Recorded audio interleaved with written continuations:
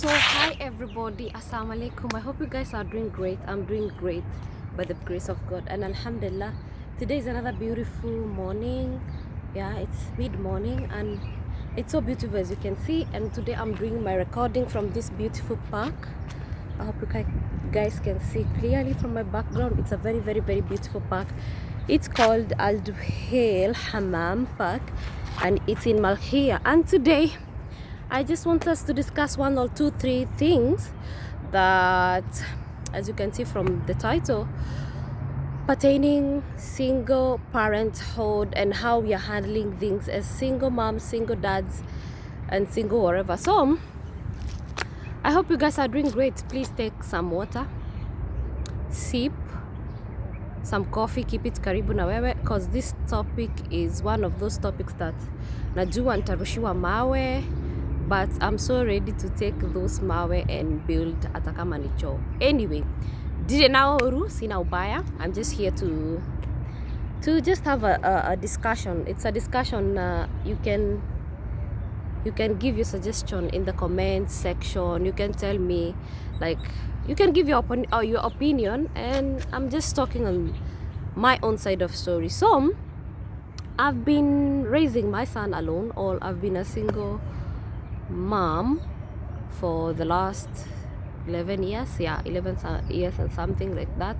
And I've been raising my son alone, all by myself. And by all by myself is that I pay his bills, I take care of him, I house him and everything. And not because his father is not in his life. No, his father is still in his life in one way or the other. But when it comes to financial, I think I've said this one before, when it comes to financial stuff and those things, I take care of them by myself, and I'm not complaining at all. So when it comes to my son, now is a grown-up, and of course it reached a point and he wanted to know, like, why we don't stay together with the dad. And Bona, I'm staying in my mother's house, and Bona, I have my own home and not our home together. And then I had to sit my son down, and of course I had to tell him the truth. And the truth was, we just outgrew each other. Outgrowing each other is tulifika mahali I felt like we wouldn't want to stay with each other anymore, and we wouldn't want us to continue together as husband and wife. Bam, and my son was contented, na hiyo story kaisha hivyo. First of all, my son doesn't have, let me just put this clear, my son, when we left his father's house, he was 3 years old, and he never saw us maybe shouting at each other. He never saw his dad abusing me. So whatever the reason that made us to part ways, which remains personal to both of us until now, it still remains that way. And my son just have the correct answer, and the answer that we gave to him is that we outgrew each other and we just decided to move our own separate ways. So he's okay and he's contented with that. We didn't go into too much of detail of what happened, and this is the point that I want to address now. And the reason my son is growing he's in my mother's house, but he has all the freedom to go to the other family's house. And this is not for co-parenting is not for the easy. It's not just a walk in the park. It's not for easy people. You just have to be so mature for both of you to continue with your own life separately. I'm dating, he's doing his stuff, and we still have to raise our son together. He's emotionally and physically available for my son, and this is something that I cannot give to my son. I'm only providing finances, but I'm not there physically for my son. So when my son wants a physical one-on-one, he has the dad. And how is this happening, and why is this so easy for us? It's because we put it that way, and that's how we wanted our son to grow. Like, he knows this is my dad, kalas, and this is my mom, kalas, and zaidi ya hapo hakuna. So what I wanted to address today is for us, sisi single dad and single moms, yeah, who are living separately And who doesn't want to hear about the other better half hata kidogo hivyo? There is one thing that you should know. Before this person became an evil person to you, before this person became who he is now, before this person became your first enemy, there was those good times that you had. And of course, most of the times, the good things that you had together in a picture the bad times. So both of you have equal shares. When it comes to a falling of a family, both of us, we participate. But because we hear one side of the story, each and everyone has a story to share, and each and every one of us gives the worst part of the story, and no one wants to give the best part of the story. But before all these bad things happened, you two had a very great moment, not unless, and that's when huyo mtoto ama hao watoto wakazaliwa. I'm sure by the time wakazaliwa, whether it was one time, whether it was 1,000 times, there was those good moments. Because huyo mtoto, if it was not rape, and don't get me wrong, if it was not rape, for all the other kids that were born between you and your ex, whatever, it was a voluntary act of two adults who had come to an agreement for whatever way, whether you are married or how it happened. When you did that act, there was a lot of love and so many good things happened. So when the baby is born, and for one reason or the other, you get to separate and get to go to your own different ways, let's not put, or let's not drag the kids into this mud. Let's not drag the kids into this mud. The reason I'm talking about this one, I have grown-up friends who are raised by single moms and who have their own opinion. I wish I knew my dad. Mostly it happens to kids, to single mom kids. I wish I knew my dad. I wish I knew what was the reason that led to the breakage of our family. You know, those kids, they have needs, they have wants. They wish to at least even know their dad, you know. And it's a grown-up person telling me about this one. For me, I don't see if it's okay for us as parents to drag the kids into our own shit. This is my opinion. And if at all the kids didn't experience you both having a verbal or physical confrontation, and the kids, they saw for themselves with their own eyes, which we should at most try to not show our kids, because it will always run in the back of their mind, and we are letting our kids have a lot of stress by just dragging the kids into our own shit. For example, ladies, let me just talk about the ladies, especially sisi wa Kikuyu, wamama wasichana wa Kikuyu. Like, this is how they will tell them, oh, more than adia da kuigwa ndeto cia ngomeo. Nie ngomeo maundu maria yanjikire, ya? Ndigienda kuigwa ona ciana ciakwa ni kwiri. But sister, wacha ni kuslap this one, because it's the honest truth. You cannot change the DNA of your kids. Whether ni ngomeo, he used to be your, you know, that person, like if you miss their call, you have to call back. He's that person like you wanted to see every time. He's that person that at one time ulikuwa unataka kuamuka just next to him. Remember those good moments? Remember them? And when we are trying to explain to our kids, because I'm sure the kids that we are having now, ni watoto wamechangamuka, ni watoto wako, they're on time, and they want to know every details of what is happening to your life, and they want to know every detail. Our kids, the kids that we are raising now, they're so much protective, and they just want to know everything. They want to know every detail. For me, if you can find a better way to explain to your kids what led to your separation, it will be good for you, good for the father, and good for the kids. Because we don't know when or how that bad picture you paint to your kids about their dad, no one knows about tomorrow, and no one knows what will happen later, and no one knows, because the world is too small, if they will just come back and meet again, inshallah.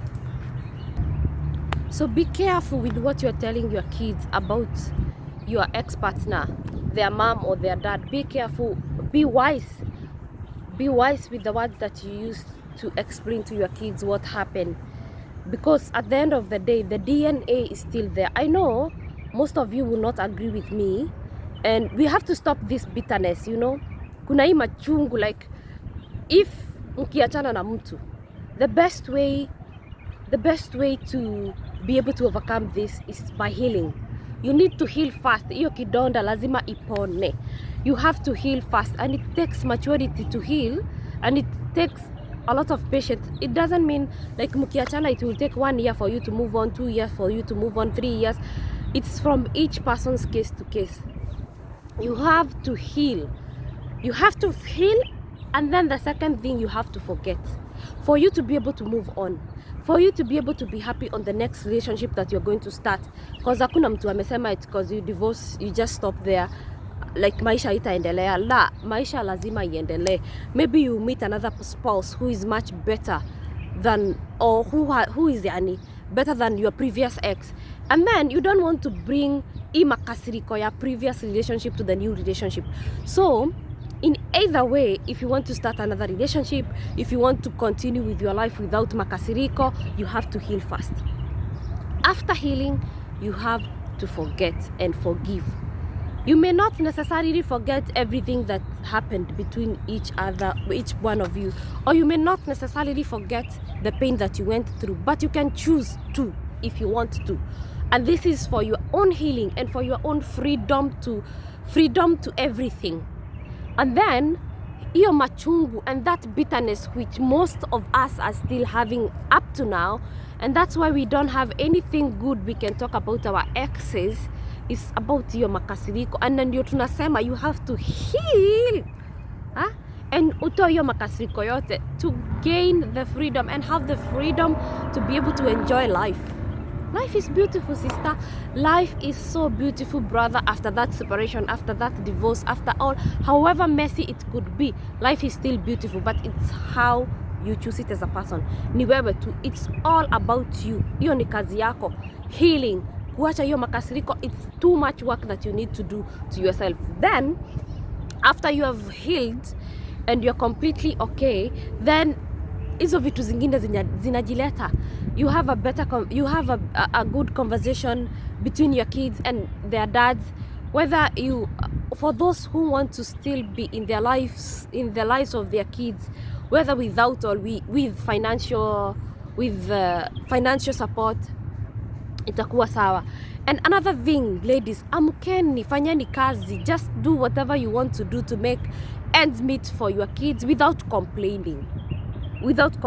It's your kids. It's okay tulizana wewe na haushughuliki, or you're not providing finances or anything, but the thing is umepona, so you're working towards the betterment of your kids, for your kids. And don't keep on reminding or mentioning tigane gome ona ginya ndiri hagira ciana thukuru. These are your own kids. These are your kids anyway. Na mtu anaweza hata kuwa amekufa na akasahaurika, and you still have to raise kids. So this one was mainly for those of us when their ex better halves are still alive somewhere, maybe with other families, somewhere with maybe, and they have moved on with their life, or maybe they have not moved on with their lives, and we are raising the kids alone. And this is for single parenting. Yeah, the single parenting in that class. See, when you are, maybe their partners have passed on, you know. This is for us who maybe by choice or by separation or by divorce, we are raising the kids alone. Tuache makasiriko, so that we can be able to give the best and best and best and best of our kids. And I know people will still say, maybe unaongea hivyo because you have a better job. It didn't start here. It's been 11, we are going to 12 years since me and the father of my son went separate ways. Mtu akaenda maisha yake. And you know my story. I went back to school. I started from zero. and I don't have any like, oh, familia yangu ilinishika mkono, or my family was well capable. No. Even when I went back to school, my family was still struggling to pay for my secondary school education and that of my son. Nimesumbuka na maisha, nimefanya kazi zote, and Mungu hakukosa kunibariki. God has still blessed me with this, and inshallah more in the near future. So usishinde hapo kwa nyumba ukisema oh, agahot, amuka, enda oshea watu hizo manguo, leta pesa, pea watoto wako the best with your lane. Tena hii ni kitu ingine yenye tuko nao sisi wa mama wenye, especially us moms, stay on your lane. Wacha kufanya venye huyo mtu mwingine anafanya, and you don't know how from where they're getting their finances.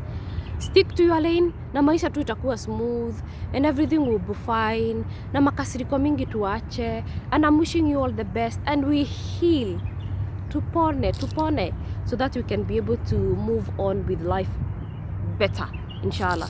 So I'm just wishing you all the best. I know it's not easy, as I'm trying to put it.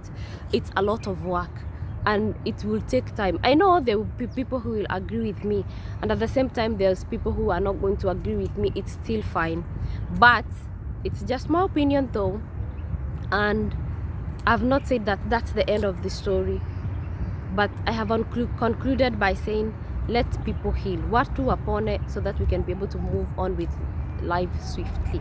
I wish you all the best, inshallah, and I'm trusting God that everything will be fine with you and your kids, inshallah. With you and your kids, inshallah, and we are going to give the best that we can for our kids according to what we have, like claims musisahau. So much love and God bless you, inshallah. See you inshallah another day. Ma assalama.